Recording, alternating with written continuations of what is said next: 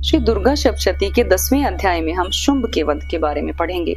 महर्षि मेधा ने कहा, हे राजन, अपने प्यारे भाई को मरा हुआ और सेना को नष्ट होता हुआ देखकर क्रोध में भरकर दैत्यराज शुंभ कहने लगा, दुष्ट दुर्गे, तू अहंकार से गर्व मत कर, क्योंकि तू दूसरों के बल पर लड़ रही है। देवी ने कहा, हे दुष्ट, देख, मैं तो अकेली ही हूँ। इस संसार में मेरे सिवा दूसरा कौन है? ये सब मेरी ही शक्तियां हैं। देख, सब की सब मुझ में प्रविष्ट हो रही हैं।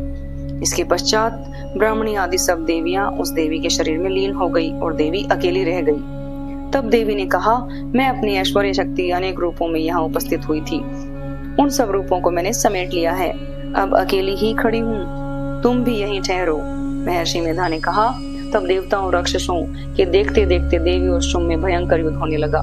अंबिका देवी ने सैकड़ों अस्त्र शस्त्र छोड़े। उधर दैत्यराज ने भी भयंकर अस्त्रों का प्रहार आरंभ कर दिया।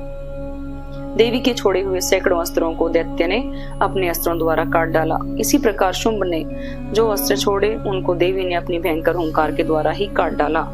दैत्य ने जब सैकड़ों बाण छोड़कर देवी को ढक दिया तो क्रोध में भरकर देवी ने अपने बाणों से उसका धनुष नष्ट कर डाला। धनुष कट जाने पर दैत्येंद्र ने शक्ति चलाई, लेकिन देवी ने उसे भी काट कर फेंक दिया। फिर दैत्येंद्र चमकती हुई ढाल लेकर देवी की ओर दौड़ा, किंतु जब वह देवी के समीप पहुंचा तो देवी ने अपने तीक्ष्ण बाणों से उसकी चमकने वाली ढाल को भी काट दिया। फिर दैत्येंद्र का घोड़ा मर गया, रथ टूट गया, सारथी मारा गया। तब वह भयंकर मुद्गर लेकर देवी पर आक्रमण करने के लिए चला, किंतु देवी ने अपने तीक्ष्ण बाणों से उसके मुद्गर को भी काट दिया। इस पर दैत्य ने क्रोध में भरकर देवी की छाती में बड़े जोर से एक मुक्का मारा। दैत्य ने जब देवी को मुक्का मारा तो देवी ने भी उसकी छाती में जोर से एक थप्पड़ मारा।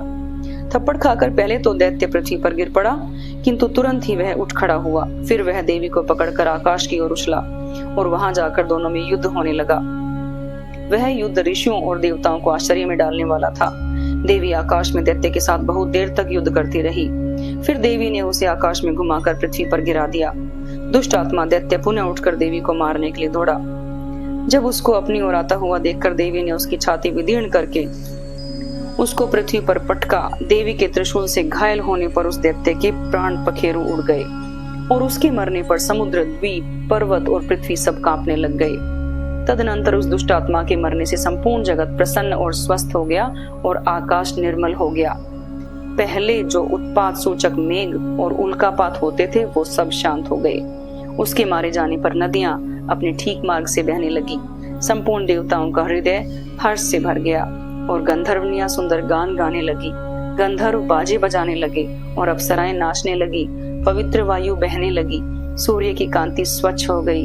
यज्ञशालाओं की बुझी हुई अग्नि अपने आप प्रज्वलित हो उठी और चारों दिशाओं में शांति फैल गई। ये था 10वां अध्याय।